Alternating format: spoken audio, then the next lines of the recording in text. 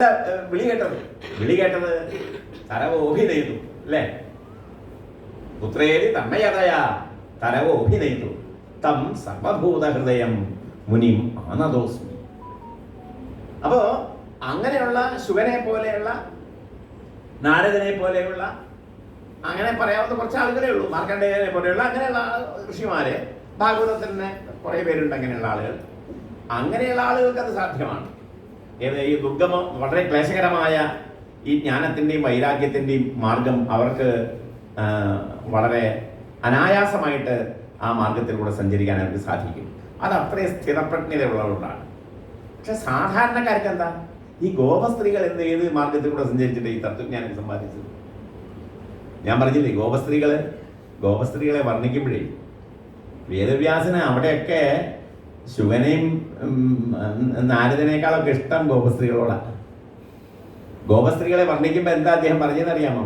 അഹോഭാഗ്യം അഹോഭാഗ്യം നന്ദഗോപവ്രജൗകസാം യന്മിത്രം പരമാനന്ദം പൂർണ്ണം ബ്രഹ്മ സനാതനം.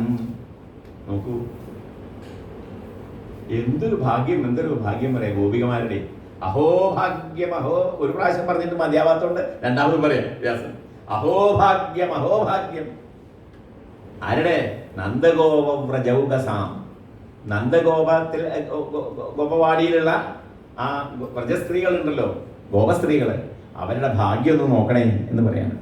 എന്തൊരു മഹാഭാഗ്യശാലികള്. യൻ മിത്രം, അവര് ഭഗവാന്റെ തോളത്ത് കൈയിട്ടാ നടക്കണം. എങ്ങനെയുള്ള ഭഗവാൻ? പൂർണ്ണം ബ്രഹ്മ സനാതനം. ഇനി ഇതിലൊരു വാക്ക് മാറ്റാണ്ടോ?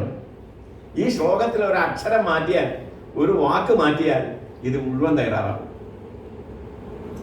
അങ്ങനെ പൂർണ്ണ ബ്രഹ്മസ്വരൂപനായിരിക്കുന്ന ഭഗവാന്റെ തോളത്ത് കൈയിട്ട് നിൽക്കാൻ ബ്രഹ്മസ്വരൂപിണികൾക്കല്ലാതെ പറ്റുമോ? അത്രയും തത്വജ്ഞാനം ഇല്ലാത്ത ഒരാൾക്ക് സാധിക്കുമോ ഭഗവാന്റെ സുഹൃത്തുക്കളായിട്ട് സഞ്ചരിക്കാൻ, ഭഗവാന്റെ തോളത്ത് കൈയിട്ട് സഞ്ചരിക്കാൻ? ഇങ്ങനെ ഗോപസ്ത്രീ, അതുകൊണ്ടാണ് ഉദ്ധവനോട് പോയി അവിടെ പോയി നമസ്കരിച്ചിട്ട് വരുമെന്ന് ഭഗവാൻ പറഞ്ഞു വിട്ടത്. ഗോപികാഭ്യോ നമോസ്തു എന്ന് പറഞ്ഞില്ലേ, അവിടേക്ക് വിട്ടത് അതുകൊണ്ടാണ്. അപ്പൊ ഇങ്ങനെ ഈ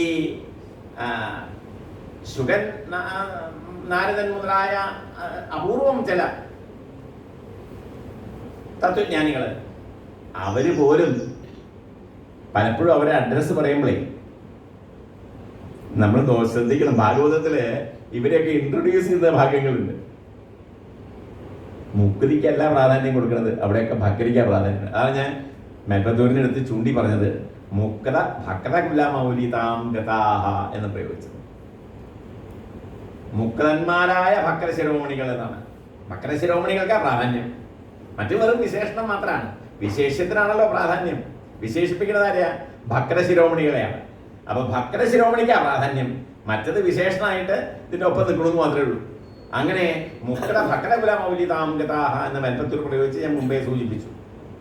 ഇങ്ങനെ ഭാഗവതത്തിൽ തന്നെ ഈ വലിയ തത്വജ്ഞാനികളെ, ഇത് നൈഷ്ഠിക ബ്രഹ്മചാരികളായിട്ട് ഉള്ള തത്വജ്ഞാനികളായിട്ട് ജനിച്ചിട്ടുള്ള ശുഗനെ പോലെയുള്ള, ശുഗനൊക്കെ അങ്ങനെയുള്ള ആളാണ്, ശുഗൻ, നാരദൻ മുതലായുള്ള ആളുകൾ, അങ്ങനെയുള്ള ആളുകൾക്ക് പോലും, അവരെ പോലും ഭാഗവതകാരൻ പറയുന്നത് അത് അവരെ മുക്തന്മാരെന്നൊക്കെ പറയും.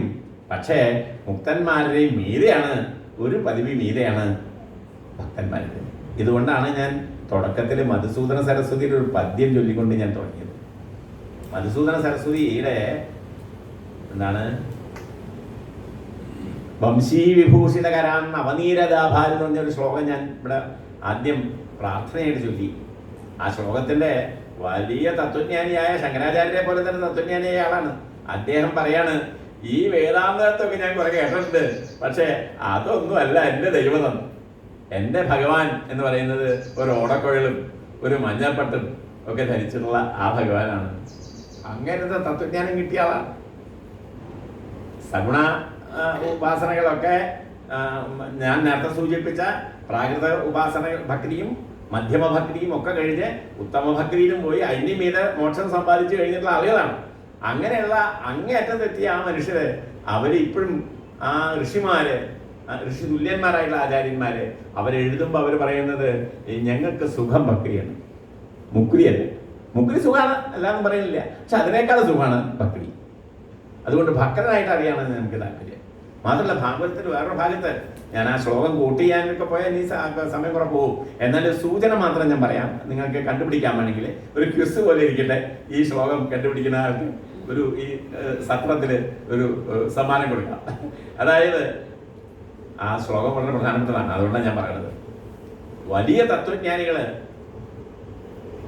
ശാസ്ത്രീയമായ രീതിയിൽ ജ്ഞാനം, വൈരാഗ്യം എന്നിവ ഒഴികെ ശാസ്ത്രീയമായിട്ട് തന്നെ വേദാന്തത്തിന്റെ ദുർഗമമായിട്ടുള്ള പഥത്തിൽ കൂടെ സഞ്ചരിച്ച് വളരെ ക്ലേശിച്ച് പഠിച്ച് ശാസ്ത്രം ഗുരുകുല ക്ലിഷ്ടന്മാരായി പഠിച്ച് ഉയർന്നു വന്ന് അങ്ങനെ തത്വജ്ഞാനം സമ്പാദിച്ച ആളുകൾ അവര് ഭക്തി ഇല്ലാത്തതുകൊണ്ട് ചിലപ്പോൾ പെട്ടെന്ന് കീഴ്പ്പെട്ട് വീഴുന്നു.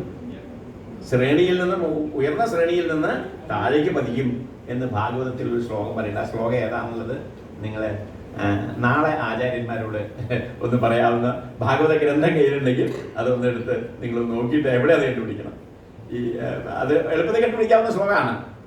അപ്പോൾ ഈ ചുരുക്കം ഞാൻ പറഞ്ഞതിന്റെ കാര്യം ഇത്രയേ ഉള്ളൂ.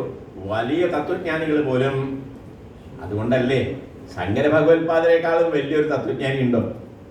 ശ്രീശങ്കരാചാര്യരെ പോലെ ജഗദ്ഗുരു എന്നാ പറഞ്ഞേ അദ്ദേഹത്തിന്. അദ്ദേഹം ജഗദ്ഗുരുവാണ്. എന്താ അദ്ദേഹത്തിന് ജഗദ്ഗുരു എന്ന് വിളിക്കണേ?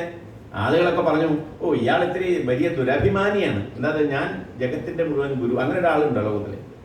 ജഗത്തിന്റെ മുഴുവൻ ഞാൻ ഗുരുവാണെന്ന് പറയാൻ പറ്റുന്ന ഒരു ഏത് പണ്ഡിതനും അറിയാത്ത ചിലതൊക്കെ ഉണ്ടാവില്ലേ?